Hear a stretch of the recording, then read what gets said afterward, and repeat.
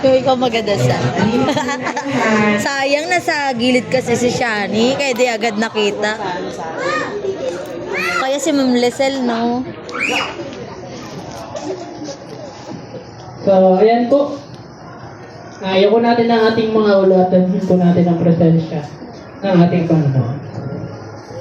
Heavenly Father, Lord, salamat Panginoon sa tanghali nito. Salamat sa buhay ng bawat isa. At salamat Panginoon sa buhay ni Harvey na nagsa-celebrate, Lord God, ng kanyang unang birthday sa taong ito, Panginoon. Dalangin namin, Lord God, na patuloy niyo po siyang samahan.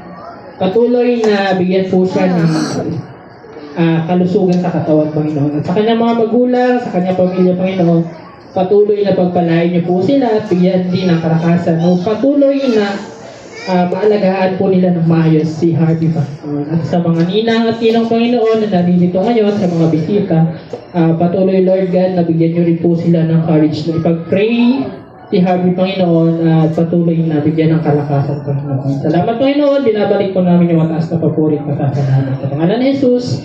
Amen. Amen. Alright, tuloy-tuloy po tayo sa kasiyahan ngayong araw na ito.